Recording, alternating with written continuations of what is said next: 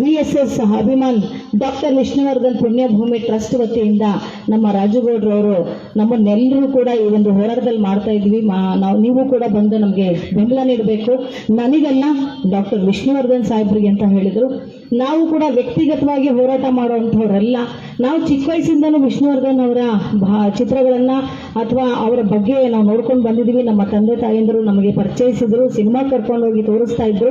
ಅವರು ವೈದ್ಯಕೀಯ ವೃತ್ತಿ ಆಗಿರ್ಬೋದು, ಶಿಕ್ಷಕ ವೃತ್ತಿ ಆಗಿರ್ಬೋದು, ಮಹಿಳೆಯರಿಗಾಗಿರ್ಬೋದು, ಅಥವಾ ಸಾಂಸಾರಿಕವಾಗಿ ಹೇಗಿರಬೇಕು, ಒಟ್ಟು ಕುಟುಂಬದಲ್ಲಿ ಹೇಗಿರಬೇಕು, ಪ್ರೀತಿ ಪ್ರೇಮದ ಬಗ್ಗೆ, ಮತ್ತೆ ಮಕ್ಕಳ ಬಗ್ಗೆ, ತನ್ನ ಸ್ವಂತ ಹೆಂಡತಿ ತಪ್ಪು ಮಾಡಿದ್ರೆ ಯಾವ ರೀತಿ ದಾರಿಗೆ ತರಬೇಕು ಅನ್ನೋದ್ರ ಬಗ್ಗೆ ಎಲ್ಲದ್ರ ಬಗ್ಗೆನೂ ಚಿತ್ರದಲ್ಲಿ ಕೊಟ್ಟಿದ್ದಾರೆ.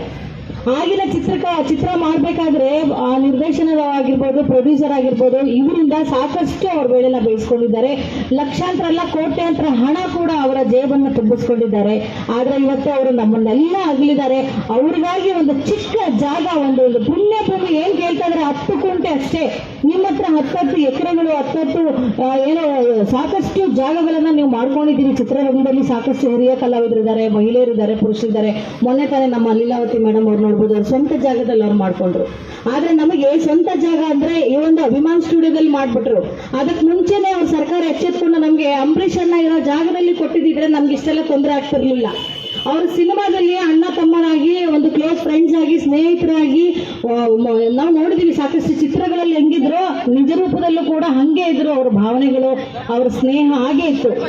ಅವರು ಕಾಲವಾದ ನಂತರ ಆ ಜಾಗ ಅವ್ರಿಗೆ ಹೆಂಗೆ ಕೊಟ್ರು ಅದೇ ತರ ಇವ್ರಿಗೂ ಕೊಟ್ಟಿದ್ರೆ ಏನಾಗ್ತಿತ್ತು, ಎಲ್ಲ ಮೂಲೆ ಗುಂಪು ಮಾಡ್ಬಿಟ್ರು ನಮ್ಮ ವಿಷ್ಣು ದಾದ ಅವ್ರನ್ನ. ಬಹಳ ನೋವಾಗುತ್ತೆ ಹೇಳ್ಕೊಳಕ್ಕೆ. ಹಾಗೆ ನಮ್ಮ ಏನು ಇಲ್ಲಿ ಕಂಠೀರವ ಸ್ಟುಡಿಯೋ ಆಗಿರ್ಬೋದು, ಅಲ್ಲಿ ನಮ್ಮ ರಾಜಣ್ಣ ಆಗಿರ್ಬೋದು, ಅವ್ರ ಮನೆ ಮಕ್ಕಳು ಕುಟುಂಬಕ್ಕೆಲ್ಲ ಜಾಗ ಕೊಟ್ಟರು. ಒಂದೇ ಒಂದು ವಿಷ್ಣು ಸರ್ಗೆ ಕೊಟ್ಟಿದ್ದಿದ್ರೆ ನಮ್ಗೇನಾದ್ರೂ ತೊಂದರೆ ಆಗ್ತಿತ್ತಾ? ಸರ್ಕಾರದಲ್ಲಿ ಏನಾದ್ರೂ ಕೊರತೆ ಆಗ್ತಿತ್ತಾ? ಅವ್ರ ಖಜಾನೆ ಖಾಲಿ ಆಗ್ತಿತ್ತಾ? ಏನೂ ಆಗ್ತಿರ್ಲಿಲ್ಲ. ಎಲ್ಲರೂ ಒಟ್ಟಿಗೆ ಇದ್ದಿದ್ರೆ ನಾವೆಲ್ಲರೂ ಒಂದು ಕಡೆಯಿಂದ ನೋಡ್ಕೊಂಡು ಒಂದು ಭಾವನಾತ್ಮಕವಾಗಿ ಹೆಜ್ಜೆಗಳನ್ನ ಹಾಕೊಂಡು ಹೊರಗಡೆ ಬರ್ಬೋದಾಗಿತ್ತು, ಕಣ್ತುಂಬಿಸ್ಕೊಂಡು ಬರ್ಬೋದಾಗಿತ್ತು. ಮುಂದಿನ ಪೀಳಿಗೆಗೆ ಇವರೆಲ್ಲರ ಬಗ್ಗೆ ನಾವು ಮಾಹಿತಿ ಕೊಟ್ಕೊಂತಾ ಬರ್ಬೋದಾಗಿತ್ತು. ಇಲ್ಲೊಂದು ಅಲ್ಲೊಬ್ರು ಇಲ್ಲೊಬ್ರು ಅಂತ ಹಾಕ್ಬಿಟ್ಟು ಇವತ್ತು ಆ ಭೂಮಿನೂ ಸ್ವಂತಕ್ಕೆ ಕೊಡ್ತಾ ಇಲ್ಲ. ಬದುಕಿದ್ದಾಗ್ಲೂ ಅವ್ರಿಗೆ ನೆಮ್ಮದಿ ಕೊಡ್ಲಿಲ್ಲ. ನಮಗೆ ಗೊತ್ತಿರೋ ಪ್ರಕಾರ ಅಟ್ಲೀಸ್ಟ್ ಸತ್ತ ಮೇಲಾದ್ರೂ ನೆಮ್ಮದಿ ಕೊಡ್ತೀರಾ ಅನ್ಕೊಂಡ್ರೆ ಅಲ್ಲೂ ಕೂಡ ಬದುಕಿದ್ದಕ್ಕಿಂತಲೇ ಹೆಚ್ಚಿನ ಶಕ್ತಿಯ ನಮಗೆ ತೊಂದರೆ ಕೊಡ್ತಾ ಇದ್ದಾರೆ. ಬರೀ 10 ಕುಂಟೆ ಸ್ವಾಮಿ. ಇವಾಗ ನಮ್ಮ ಅಭಿಮಾನಿಗಳೆಲ್ಲ 100 ರೂಪಾಯಿ ಭಿಕ್ಷಾಟ್ನಲ್ಲಿ ಒಂದು ಡಬ್ಬ ತುಂಬಿಸಿದ್ರೆ 4 ಅಲ್ಲ 10 ಮೂಟೆ ದುಡ್ಡು ತುಂಬುತ್ತೆ. ಆದ್ರೆ ಅದೆಲ್ಲ ನಮಗೆ ಬೇಕಾಗಿರೋದು ಆ ಜಾಗವನ್ನ ಮಾಲೀಕರು ಕೊಟ್ಟಾದ ಮೇಲೆ ಸರ್ಕಾರ ಅದನ್ನ ಆಯೋಜನೆ ಮಾಡಿದ ಸಂಬಂಧಪಟ್ಟ ಸಿದ್ಧತೆಗಳನ್ನ ಮಾಡಿಕೊಂಡು ದಾನದ ರೂಪನೋ ಅನುದಾನದ ರೂಪಾಂತರ ನಮಗೆ ಒಂದು ಅಲ್ಲಿ ಪುಣ್ಯಭೂಮಿನ ಆಯೋಜನೆ ಮಾಡಿಕೊಡಿ ಅಂತ ನಮ್ಮ ರಾಜುಗೌಡರಾಗ್ಲಿ, ಹೋರಾಟಗಾರರಾಗಿರ್ಬೋದು, ಅಥವಾ ಅವರ ಅಭಿಮಾನಿಗಳಾಗಿರ್ಬೋದು, ಎಲ್ಲರೂ ಕೇಳ್ತಾ ಇದ್ರು ಕೂಡ ನಿಮಗೆ ಕನಿಕರ ಇಲ್ಲ ಅಂತಂದ್ರೆ ನಾವು ಒತ್ತಾಯ ಪೂರ್ವಕವಾಗಿ ಆ ಒಂದು 10 ಗುಂಟೆ ಜಾಗವನ್ನ ನಾವು ಆಕ್ರಮಿಸ್ಕೊಂಡ್ರೆ ಕೇಸ್ ಹಾಕ್ತೀರಿ ಅಲ್ವಾ? ಈ ಕೇಸ್ ಹಾಕೋಕ್ಕೂ ಮುಂಚೆ ನಿಮಗೆ ಒಂದು ಜ್ಞಾನ ಇಲ್ವಾ? ಓನರೇ ಕೊಟ್ಟಿದ್ದಾರೆ ಅಂದಮೇಲೆ ನೀವು ಸಾರ್ವಜನಿಕವಾಗಿ ಜನ ಬರ್ತಾರೆ, ಅವ್ರು ಪೊಲೀಸ್ ಪ್ರೊಡಕ್ಷನ್ ಕೊಡಬೇಕು, ಸಾವಿರಾರು ಜನ ಹುಟ್ಟು ಹಬ್ಬಕ್ಕೂ ಬರ್ತಾರೆ, ಪುಣ್ಯ ಸ್ಮರಣೆಗೂ ಬರ್ತಾರೆ. ಏನಾದರೂ ಸೆಕ್ಯೂರಿಟಿ ಕೊಡೋಕೆ ತೊಂದರೆ ಆಗುತ್ತೆ ಅನ್ನೋ ಕಾರಣಕ್ಕೆ ಏನಾದರೂ ಈ ರೀತಿ ಧೋರಣೆ ಮಾಡ್ತಾ ಇದ್ದೀರಾ? ಅಥವಾ ಏನಾದರೂ 10 ಗುಂಟೆ, ಓನ್ಲಿ 10 ಗುಂಟೆ ಅಷ್ಟೇ, ಅದೇನು ಏನೂ ಅಲ್ಲ. ಒಬ್ಬ ಸಾಮಾನ್ಯ ಪ್ರಜೆ ಹತ್ರನೂ ಕೂಡ 10 ಗುಂಟೆ ಜಾಗ ಇರುತ್ತೆ, ರೈತರ ಹತ್ರನೂ ಇರುತ್ತೆ. ಆದ್ರೆ ಎಲ್ಲ ಇಟ್ಕೊಂಡಿದ್ದಾರೆ. ನಾವು ಅವರ ಒಂದು ಏನೋ ಅಲ್ಲಿ ಏನೋ ಅಭಿಮಾನಿಗಳೆಲ್ಲರೂ ಸೇರಿ ಅವರನ್ನ ಅಲ್ಲಿ ಬೆಂಕಿ ಇಟ್ರಲ್ಲ, ಆ ಒಂದು ಜಾಗನ ನಾವು ಮರಿಬಾರ್ದು ಅನ್ನೋ ಕಾರಣಕ್ಕೋಸ್ಕರ ತನ್ನ ಮನೆಯವರಿಗೆ ಇಲ್ಲದೆ ಇರೋಂಥ ಅಕ್ಕರೆ ಪ್ರೀತಿ ಸಾರ್ವಜನಿಕರಾದ ನಮಗೆ ಅಭಿಮಾನಿಗಳಿಗಿದೆ. ಅದಕ್ಕೆ ನಾವು ಆ ಜಾಗವನ್ನ ಬೇಕೇ ಬೇಕು ಅಂತ ಕೇಳ್ತಾ ಇದ್ದೀವಿ. ನಮ್ಗೆ ಆ ಜಾಗ ಬಿಟ್ಟು ಬೇರೆ ಯಾರು ಏನೇ ಕೊಟ್ಟರು, ನೀವೆಲ್ಲ ಏನಾರ ದಾನ ಮಾಡೋ ಹೋಗಿದ್ರೆ ಸರ್ಕಾರಕ್ಕೆ ದಾನ ಮಾಡ್ಬಿಡಿ. ನಮಗೆ ನಮ್ಮ ಅಣ್ಣನ ಪರವಾಗಿ ಆಗಲಿ, ವಿಷ್ಣುವರ್ಧನ್ ಅಣ್ಣಂಗಾಗ್ಲಿ, ರಾಜುಗೌಡ ಅವ್ರಿಗಾಗ್ಲಿ, ಹೋರಾಟಗಾರಗಾಗ್ಲಿ ಏನೂ ಕೊಡಬೇಡಿ. ನೀವು ಸರ್ಕಾರಕ್ಕೆ ಎಷ್ಟು ಜನ ಒಂದು 5 ಕುಂಟೆ ಅಲ್ಲ, ಒಂದೇ ಒಂದು ಅರ್ಧ ಕುಂಟೆ ಕೊಡ್ತೀನಿ ಅಂತ ನೀವು ಒಂದು 100 ಜನ ಮುಂದೆ ಬಂದ್ರೆ ಸರ್ಕಾರ ಬಹುಶಃ ಕಣ್ಣಿಗಿದ್ದದೇನೋ ನೋಡೋಣ. ಯಾಕೆಂದ್ರೆ ಸರ್ಕಾರಕ್ಕೆ ಏನ್ ಬೇಕು? ಸರ್ಕಾರ ಇದೇನಾದ್ರೂ ನಮಗೆ ಆಯೋಜನೆ ಮಾಡಿಕೊಟ್ರೆ ಪುಣ್ಯಭೂಮಿನ ಇಲ್ಲಿ ನಾವು ಅವ್ರು ಓಪನ್ ಮಾಡಿದ್ರೆ ಏನಾದ್ರೂ ತೊಂದರೆ ಆಗುತ್ತಾ? ಅಥವಾ ಯಾರಾದ್ರೂ ನಿಮ್ಗೆ ಅವ್ರ ಮನೆಯವರೇ, ವಿಷ್ಣುವರ್ಧನ್ ಸರ್ ಅವರ ಪತ್ನಿ ಏನಾದ್ರೂ ನಿಮಗೇನಾದ್ರೂ ಅಭಿಮಾನಿಗಳಿಗೆ ಹೇಳೋ ತರ ನೀವು ನಡ್ಕೋಬೇಡಿ ಅಂತ ಏನಾದ್ರೂ ಅವ್ರು ಮನವಿ ಮಾಡಿದಾರಾ? ಅಥವಾ ಬೇರೆಯವ್ರು ಏನಾದ್ರು ನಿಮಗೆ ಹಕ್ಕು ಒತ್ತಾಯದ ಮುಖಾಂತರ ನಿಮ್ಗೆ ಏನಾದ್ರು ಅವ್ರು ಎಷ್ಟೇ ಹೋರಾಟ ಮಾಡಿದ್ರು, ಪ್ರಾಣ ಹೋದ್ರು, ಉಪವಾಸ ಸತ್ಯಾಗ್ರಹ ಮಾಡಿದ್ರು ಕೂಡ ಪುಣ್ಯ ಭೂಮಿನ ಲಾಭ ಕೊಡಬೇಡಿ ಅಂತ ಯಾರಾದ್ರೂ ನಿಮ್ಗೆ ಏನಾದ್ರು ಎಚ್ಚರಿಕೆ ಕೊಟ್ಟಿದ್ದಾರಾ? ಅಥವಾ ಯಾರಾದ್ರೂ ದೂರು ಕೊಟ್ಟಿದ್ದಾರಾ?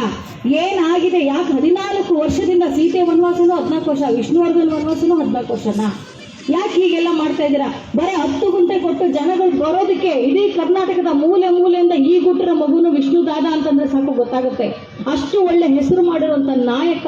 ಅವ್ರು ಯಾವತ್ತೂ ಜನಗಳಿಗೆ ತೊಂದರೆ ಕೊಟ್ಟವರಲ್ಲ, ಸಿನಿಮಾ ರಂಗಕ್ಕೆ ತೊಂದರೆ ಕೊಟ್ಟವರಲ್ಲ, ಪ್ರೊಡ್ಯೂಸರ್ಗೆ, ನಿರ್ದೇಶಕರಿಗೆ ಯಾರಿಗೂ ತೊಂದರೆ ಕೊಟ್ಟವರಲ್ಲ. ಅಂಥದ್ರಲ್ಲಿ ಮಹಿಳೆಯರಿಗೆ ಕೊಟ್ಟಂತಹ ಗೌರವ ಏನು? ಅವರೊಂದು ಮಾತು ಹೇಳಿದ್ರು, ಬದುಕಿರುವಾಗ ಚಿನ್ನಪ್ಪ ಅವರು ಡೈರೆಕ್ಟರ್ ಅವ್ರನ್ನ ಮಾತಾಡ್ತಿದ್ದಾಗ ಅವ್ರು ಹೇಳಿದ್ರು, ಈ ಹಾಲಿನ ಅಭಿಷೇಕವನ್ನ ಮಾಡೋದನ್ನ ಬಿಟ್ಟು ಅದೇ ಹಾಲನ್ನ ಬಡವರಿಗೆ ಕೊಡಿ ಅಂತ ಹೇಳಿದ್ರು.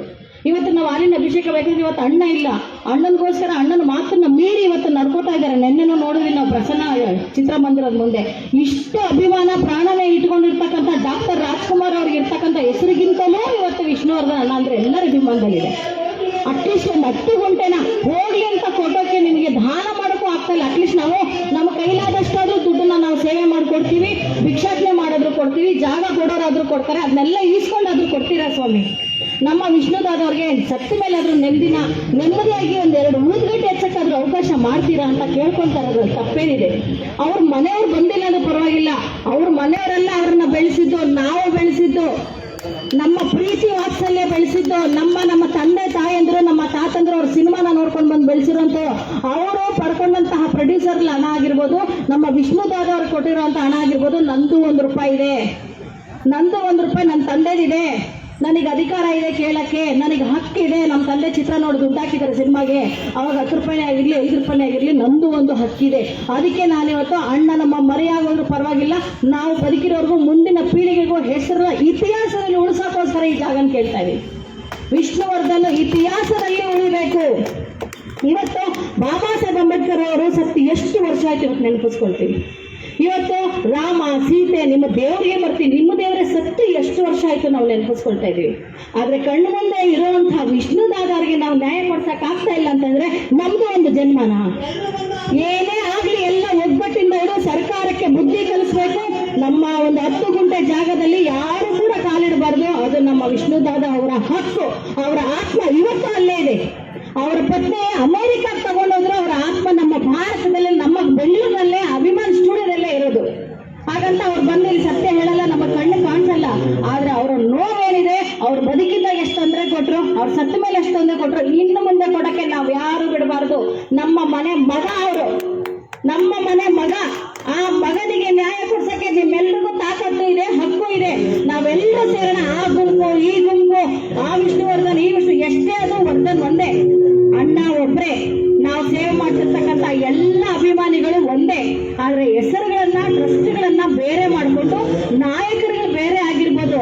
ಆದ್ರೆ ಅಲ್ಲಿ ಹಾಲು ಹಾಕಿದ್ರು ಇಲ್ಲಿಗೆ ಬರುತ್ತೆ, ಅಲ್ಲಿಂದ ಹಾಲು ಹಾಕಿದ್ರು ಇಲ್ಲಿಗೆ ಬರುತ್ತೆ. ಹಂಗಾಗಿ ಮೂಲ ಸ್ಥಾನ ಎಲ್ಲಿದೆಯೋ, ಯಾರು ಮೊದಲಿನಿಂದನೂ ಅಣ್ಣನಿಗೆ ಅಭಿಮಾನಿಯಾಗಿ ಜೊತೆಯಲ್ಲಿದ್ದು ಕೆಲಸ ಮಾಡ್ತಿದಾರೋ ಅಂಥವ್ರಿಗೆ ಸರ್ಕಾರದ ಗಮನಕ್ಕೆ ಯಾರು ಪೇಪರ್ ಮೂಲಕ, ಡಾಕ್ಯುಮೆಂಟ್ಸ್ ಮೂಲಕ ಮಾತಾಡ್ತಾ ಇದ್ದಾರೋ ಅಂಥವ್ರಿಗೆ ನಮ್ಮೆಲ್ಲರ ಬೆಂಬಲ ಕೊಟ್ಟಿಟ್ಟು ನಿಂತ್ಕೊಳ್ಳೋಣ.